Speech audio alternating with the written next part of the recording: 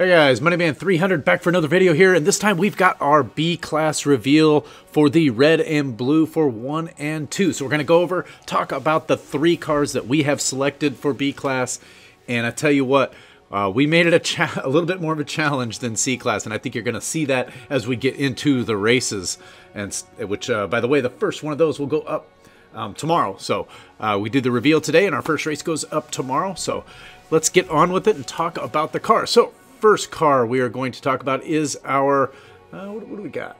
Probably our speed car here. So let's go over here. Actually, let's sort by B class first, and let's head over to Honda, and it is this one right here, the 2005 Honda NSX-R, and this is probably the best of the 3 cars. And what I'll do after this is we'll go flash around a few leaderboards to kind of show you how these cars are doing on the B-Class leaderboards. But the Honda NSX-R is our speed class car, and this is one I really like. It's a lot of fun to drive. It is fast, has some great acceleration off the line, and overall really happy with the way that this one turned out. So this one's fun, and you'll see that in the races that we have with it. So the 2005 Honda NSX-R is our first one. Our second one is our handling or our grip car, and that is the Mazda RX-8 the 2011. This one is a challenge. It's good, so the car is good. I think it's built really well and tuned well. It just isn't as... Whoa, I just dropped my controller. All right, then let's go back over here. It is just not... It's just a little harder to keep up with some of the more dominant grip cars in B-Class. Now, it's a super cool car, and it is fun to drive, and it does handle well. This one's a challenge. That's all I'm going to say. Fun car, though, still, but just more of a challenge to finish up that one. And our last one. So one of the things that we did, and what you'll notice here, is B-Class is really dominated by 2 engine swaps. Cars that have the 1.6 liter rally engine, and cars that have the 5.7 liter V8. Almost every car on the leaderboard is those, right? On at least the kind of grip track, momentum track, and speed track. The super speeds and other ones, they're a little bit different. But so we were trying to find some cars that would still be okay, that we didn't have to change it up and have more of a natural feel to each one of these cars. And that's one of the reasons that led us down these 3. There were a lot of other cars we looked at, and they're like, oh man, the only way to make this one good is to put the rally engine in it. Or, you know, which we had a car with, the Evo with that last time. Or the only way to make this one good is to put the 5.7 liter V8, which we've done before. So we may have to go back to some of that when we get to A-Class. I don't know, we'll have to take a closer look at those cars, but it did make it more difficult by trying to find a car that would use that car's normal engine in it without having to, or at least something that's normal in that for that car without having to go to the generic 5.7 or the 1.6 liter rally turbo. So that's why you see these cars. So I want to set that up a little bit. So the RX-8, that's our grip car, and our last car is there it is.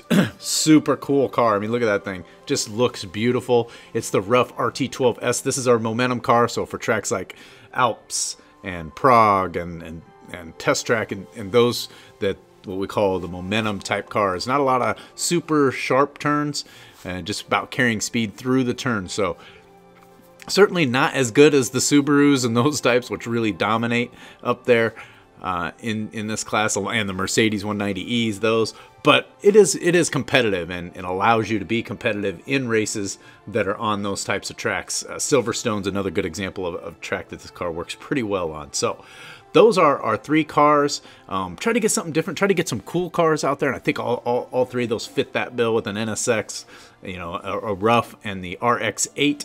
And then something that didn't have to go to the generic engine swap. So we kind of had ourselves with some things which made it challenging, which is sometimes fun and sometimes frustrating. And you'll see that throughout the series of B-Class races. So let's hop on over to the leaderboards real quick and just take a look at some of these. I can show you where these cars sit in there. We'll look at a couple of speed tracks, a couple of those. Let's go in here. And what am I looking for? Rivals. There we go. I lost my train of thought there for a second. And there we go. So let's hop on here to, you will not, I don't believe, oh, I don't want to race it right now.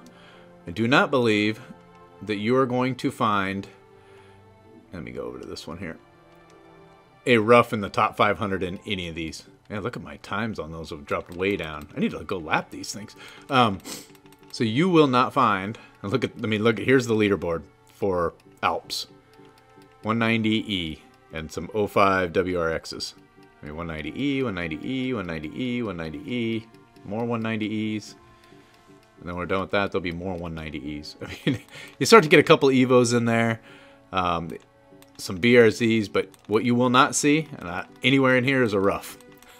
So we certainly made it challenging from that aspect. If you look at a shorter track one, the WRXs really take over in here. Get a few of the Lancia 037s, which is a really good car.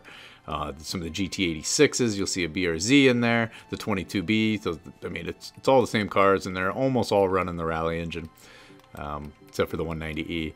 So a few of the 190Es get in there, but again, you do not see any of these.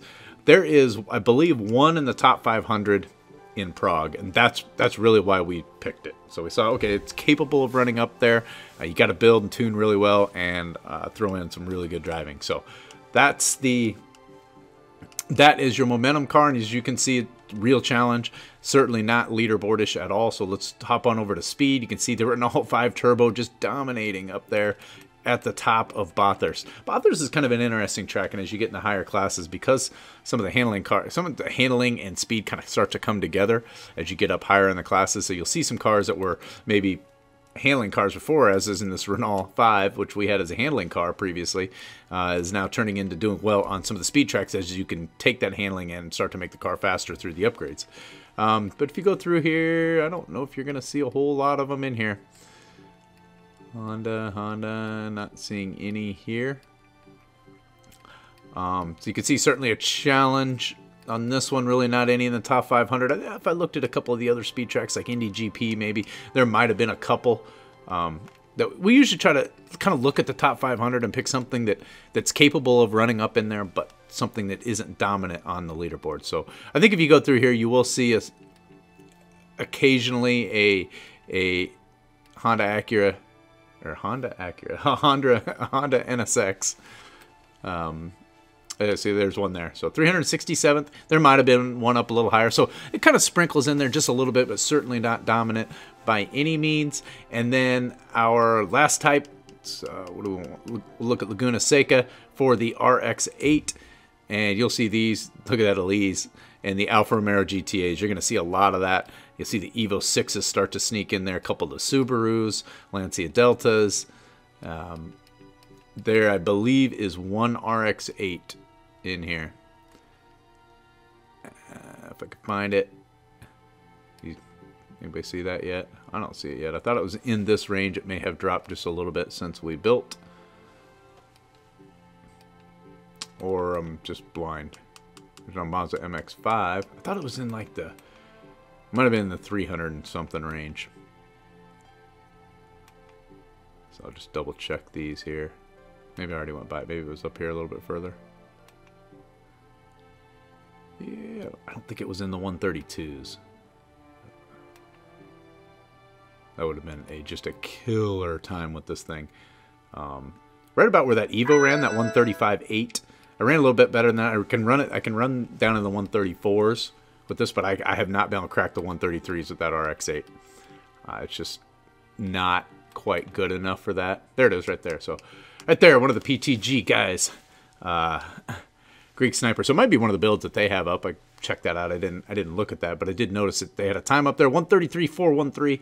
High one, like a second slower than that, about the fastest I've ran. So same thing with RUT. So we're running, you know, outside of the top 500. And that's the only one. I don't see any of these anywhere else in here. In the top, at least not in the top 500. So I'm running just outside of there. You know, I was able to run in like the 134.7 range, I think, with something. So that puts you, you know, somewhere out in here.